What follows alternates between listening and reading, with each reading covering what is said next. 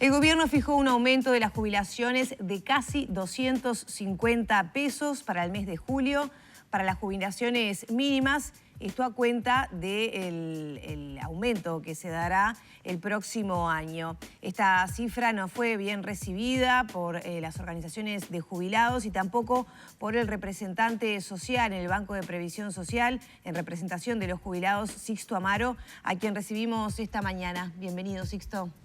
Muchas gracias por invitarme.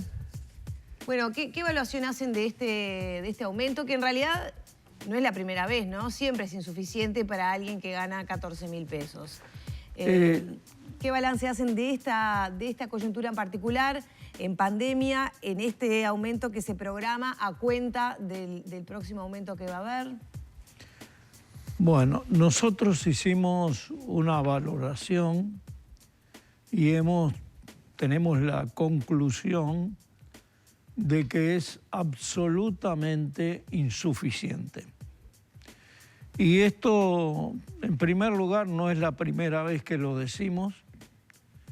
Venimos luchando hace 16 años porque las jubilaciones mínimas fueran dignificadas, porque mujeres y hombres que han trabajado más de 30 años tienen que sobrevivir con 14.853 pesos. Y esta propuesta del aumento de 250 pesos por mes es más que insuficiente y además está en un marco en el que los jubilados comenzamos el año 2021 perdiendo un 1.8 de poder adquisitivo. ¿Esto por qué? Esto porque la inflación terminó el año 2021 en 10.41 y el aumento fue de 7.58%. Esa pérdida de poder adquisitivo, ahora en junio nos encontramos que la inflación está en 4.75% y eso aumenta la pérdida del poder de compra de 160.000 jubilados y pensionistas que reciben la mínima. El ministro Mieres dijo que, bueno, que obviamente que es insuficiente, pero que al menos es una señal y que de alguna manera se suma a esa partida única que ya tuvieron el mes anterior. Nosotros creemos que no hay que unir ambas cosas. La partida única, nosotros venimos planteando este tema desde hace también muchos años y lo hemos planteado en el transcurso de este año. Mire, sin ir más lejos, en la última reunión de directorio, nosotros recibimos los dividendos que surgen de las ganancias de República FAP. Tenemos BPS, un 37% del capital de República FAP. Esos dividendos permitían que le hiciéramos llegar 1.000 pesos a los que ganan menos, al sector más vulnerable en el mes de septiembre. Pues bien, eso se votó en forma contraria. Al comienzo del año, que también se reparten dividendos de AFAP, planteamos este mismo tema. Y bueno, hubo una iniciativa del presidente de la República de entregar por única vez 2.565 pesos. Nosotros la saludamos, creemos que está muy bien y creemos que llega en momentos en que, por un lado, la pandemia genera esa crisis que es mucho más que sanitaria, que llega a la economía de los hogares, de los jubilados y pensionistas, y por otro lado, esta inflación y estos golpes que no esperábamos, que recibimos, que aumentó la luz, que aumentó el agua, que aumentan los teléfonos, y después la suba de combustible. No es la suba de combustible que se aplica para ese sector, sino que la suba de combustible va a generar, todo se transporta en este país, va a generar aumentos en los artículos de primera necesidad, inflación, y vamos a tener aún menos poder de... Sixto, ¿de cuántos miles de personas estamos hablando cuando hablamos de esos menos de 15.000 pesos que reciben por todo concepto de jubilación? Si hablamos de jubilados, son alrededor de 135.000. Y si hablamos de jubilados y pensionistas, sí, ya hablamos de 160.000 jubilados y pensionistas que perciben esta prestación mínima. Yo creo que, a ver, aquí absolutamente nadie a lo largo de todos estos años puede negar la justicia en el reclamo, porque, a ver, no es ni necesario hacer la pregunta si con ese dinero se puede o no se puede vivir, más llegado un momento de la vida en el que justamente hay un montón de complicaciones, fundamentalmente de salud, que requieren que estemos permanentemente gastando. Pero no se ha podido hacer en todo este tiempo, en todos estos años, y ahora estamos en la antesala de la presentación de una suerte de borrador de lo que vendría a ser la reforma de la Seguridad Social, en el que todos son contestes, más allá de los matices que se tengan, en que hay que encararla justamente para financiar y mejorar el tema de las jubilaciones. En algunos casos dicen que simplemente para tratar de poder seguir cumpliendo con esas obligaciones. ¿La ve la reforma como una posible solución a estas inequidades o hay elementos que se han conocido que son más preocupantes y que en definitiva quienes están sumergidos los van a dejar igual? Yo me inclinaría por esa última valoración y un planteamiento que surge del programa de gobierno y que nosotros estamos de acuerdo. Hay que reformar la seguridad social. Hay que reformar el sistema de seguridad social. Pero no se habla de reformar el sistema. Lo que está sobre la mesa es ver cómo se encuentran caminos que vayan privatizando a la seguridad social del Banco de Previsión Social. Y no se habla, se habla muy poco. Nosotros no creemos que esta reforma vaya a ser la más mínima modificación en la caja militar. Y la caja militar es el sector de pasivos que genera el mayor déficit en todo el sistema. Nosotros tenemos, ahora que está la discusión de la edad para adquirir los derechos jubilatorios, 60 años, 65 años. Mire, el promedio que tenemos en el BPS ahora son 63 años de edad los que se jubilan. Pero el promedio de la caja militar está alrededor de 48 años de edad.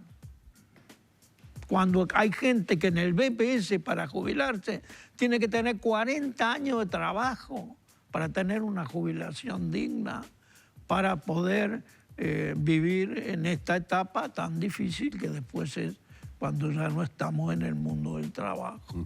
Y no se habla, y no hay proyecciones, y nosotros creemos firmemente que la caja militar no va a estar en discusión. Usted dice intentos de privatización de la seguridad social con esta reforma, ¿a qué se refiere? Nos referimos concretamente a las sociedades anónimas que nosotros conocemos como AFAP, que pretenden profundizar el lucro que hasta ahora han tenido con los trabajadores y que solo de la comisión que cobran al trabajador para administrarle y para invertirle, entre 10 comillas, su dinero, ya han amasado más de 2.000 millones de dólares que tienen capitales que superan los 20.000 millones de dólares y que seguramente ya ellos son una parte importante del Producto Bruto Interno de nuestro país. Bueno, no están conformes con esa sola forma del lucro a los trabajadores, sino que vienen por más. Está planteado AFAP en todas las cajas. Está planteado modificar y profundizar el sistema en el propio Banco de Previsión Social. Estas cosas sí se están discutiendo. Ahora hay una prórroga de 45 días más que pidió el Poder Ejecutivo. Y bueno, nosotros tenemos nuestro representante, el economista Gabriel Regalado, y vamos a seguir de cerca y planteando cada una de estas cosas. Sixto, volviendo a este aumento que ustedes califican de insuficiente, ¿cuál es la situación que vienen relevando en cuanto a los jubilados? Me refiero a este contexto particular de pandemia. Usted ya hacía el análisis del aumento respecto a la inflación. ¿Qué situación se está viviendo? Y lo pregunto porque estamos discutiendo el tema del supergas, ese subsidio que se anunció, se está estudiando, no afectaría a los jubilados en principio. ¿En qué situación estamos?